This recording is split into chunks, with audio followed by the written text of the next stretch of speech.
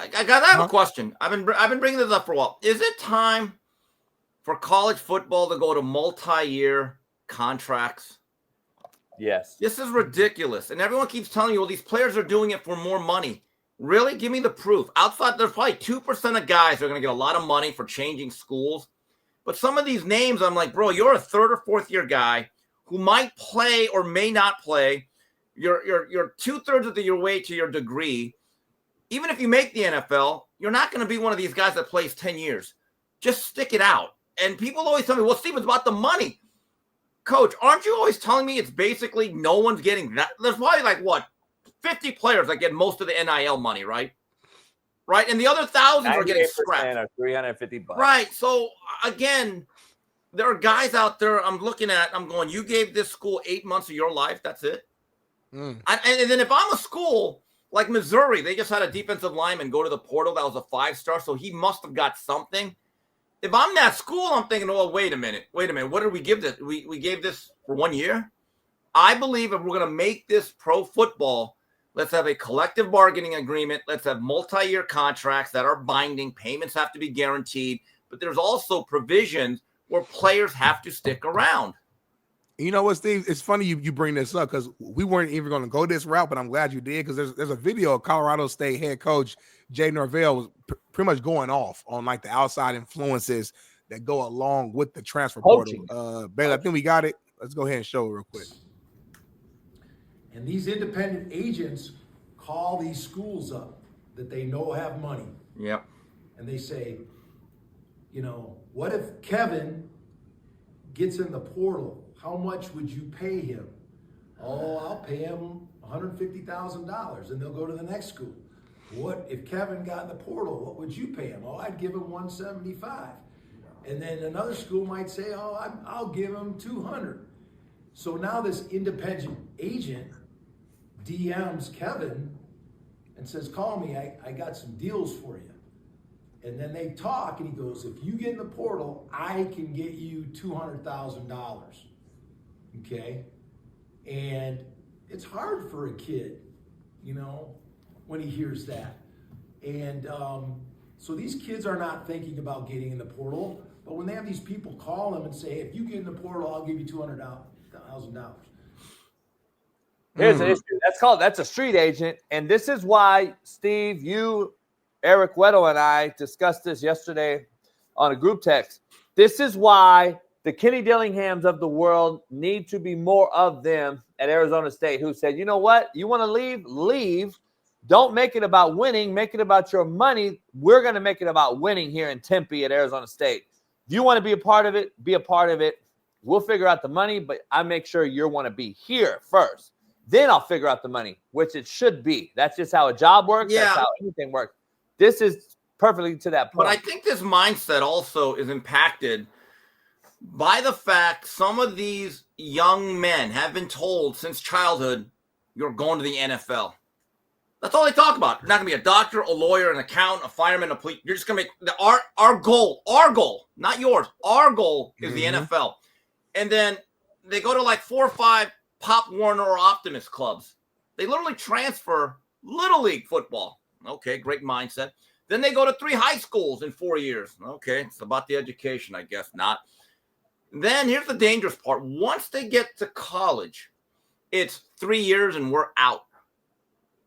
Yeah. And I think very few young men are actually good enough to be first-round draft choices after 3 years. If you look at the percentages, it's probably less than 2%, even within the top 100 players of any given recruiting class.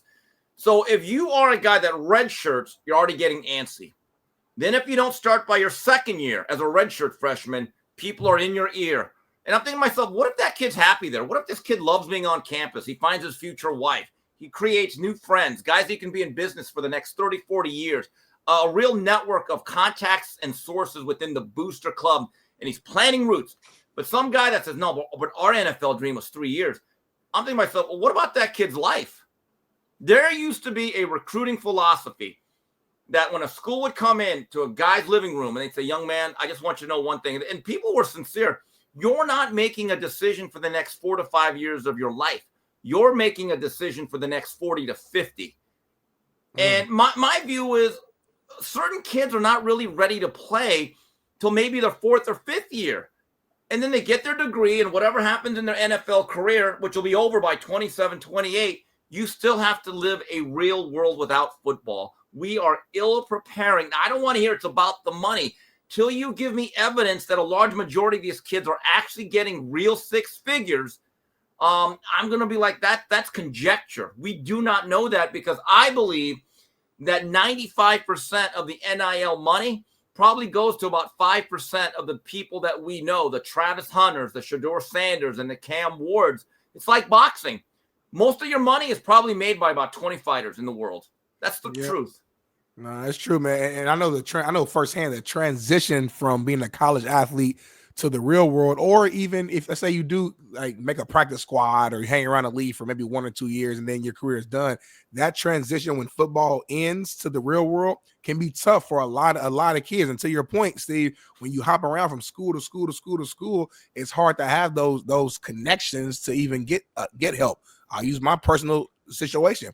Jason Whitlock helped me out. Yeah. It is what it is. He got my foot in the door. Now, once I got there, I busted my tail to grind and make it higher and do all those things. But I needed that alley-oop to get my foot in the door. Otherwise, I'll probably still be in Indianapolis right now. So that's just one example of, like, you know, sticking around at one program, even a small school like Ball State, right, where I got assistant, and it literally helped impact and change my life.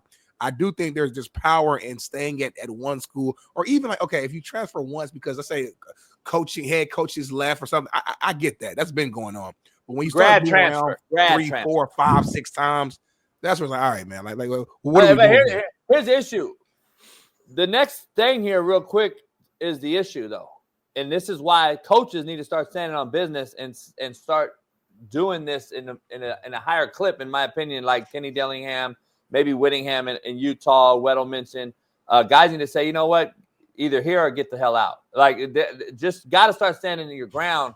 We got too many coaches trying to keep up with the Joneses at smaller schools that are in awe of trying to get that one Alabama kid and thinking that's going to change their entire Toledo University football program, when it's really not. But it's a snowball effect on the rest of the country, because most of the country are little guys in a big pond. They're little fish in a big pond, and there's only a few big fish in a small pond. And that's Alabama's, Georgia's, Oregon's, Ohio State, Michigan. There's not a lot of those guys out there. So they can hand pick. We call them selector schools. There's no longer that. It's a watered down, everyone eats, wild, wild west, and it starts at the youth level. And look at this shit. We got 7 Youth Pop Warner team kids entering some sort of portal. So when this happens, Smitty and Steve, you can't tell me when this is being pushed by the street agent that Norvell just mentioned. That's what he is. He's a street agent, not an outside agent. He's just a street agent. They're starting right here. And we got to clip it in the butt. But to Steve's point, man, we got to put them on contract too. And I'm talking about the coaches as well, because the one and done coach pissed guys like Urlacher off, myself. It pisses. Well, you know what I would do, Coach? If I'm UNLV, the next coach I hire, and that guy tells me, I can't wait to be, this is my dream job. Great. Here's what we're going to do. We're going to pay you well, but if you leave after 1 year, you have to pay us $1 billion. And they go, whoa, wait a minute. That's your dream job. Yeah. What's $1 billion? No, I agree. I agree totally. I'm an old head, and I always go at Smitty about, hey, man, the coach should be able to leave, but not after 1 year. I think it's chicken shit, and I've always said it. If you tell these kids and get those recruits to buy into you, and they're coming to school for you, Steve, they're not coming there for Miami. They're going there now for money, A, and then the coach, B. Yeah. And if they're going there for you now, then goddamn, make your word mean something. Well, I would never have left. Here's what's bad for the university. There used to be a time when if you signed with the school and the coach left, the player was stuck. I remember this was 89. Jimmy Johnson leaves for Dallas. He had just signed this unbelievable recruiting class. Had Jesse Armstead, Kevin Williams, a bunch of guys that made the pros. And there was this one player out of Aurora, Colorado. He was the Gatorade Colorado Player of the Year. His name was Darren Crine. He was a linebacker. Ended up becoming a really good defensive end. But as soon as Jimmy left, he raised the question, well, wait a minute. Half the reason I'm going here is because of Jimmy, and he's not there. I want out. And he basically tried to sue the school to get out of his letter of intent, and it got shot down because he had no rights. Now, he ended up liking Miami, but he said, well, wait a minute. How come I don't have any rights? And by the way, Coach, Darren Crine was the strength coach for Pete Carroll at the Seattle Seahawks for years. Now, that's what he's best known for, actually. I don't know if he's still there. But there was a time when the universities could at least say, well, we held on to his recruiting class. Now a coach leaves, all 85 guys can leave at once. That works for nobody, in my view. Yeah, like to me, like the system today is an overcorrection of what you just named. I think it was unfair for the player, in 2009, right? To where you couldn't go, or if you did transfer, you had to sit out a year. I don't think that was fair necessarily, but now this is a complete overcorrection. Like there has to be a middle lane area where it can make sense for both parties. In my opinion. I've said this. I think if you transfer, you should sit out and you get one transfer. That's the way I look at it. I don't understand why there's an objection to that. So Steve, so in the example that you use, right? So let's say the head coach that recruited you left. Do you still say the player has to sit out a year if they leave? That one I'd probably say no. That one I wouldn't. See, that regulation, I'd actually have a variable towards that. Yeah. But again, I think I stay at one, Smitty. I think I stay at one. Even though the coach leaves, I think you put a parameter or a repercussion on the coach for leaving. Okay. But you keep the player at the same rule, because if not, then it's chaos. It's going to be chaos. It's a wild, wild west. Manny Diaz left Temple after 1 month. More like 1 week. He didn't stay it was signing day, so he gets his class signed on paper, crazy. Bounces. To me, that's chicken shit, and that's where we are. Steve, real quick, you remember this because you're a historian, but 2 kids I know personally and coach, actually. There was a kid at USC under John Robinson that signed out of high school, the number 2 or 3 ranked quarterback in America. I coached a kid named Rocky Hines. Okay, so Rocky Hines went to St. Bernard High School, goes to USC, big-time recruit.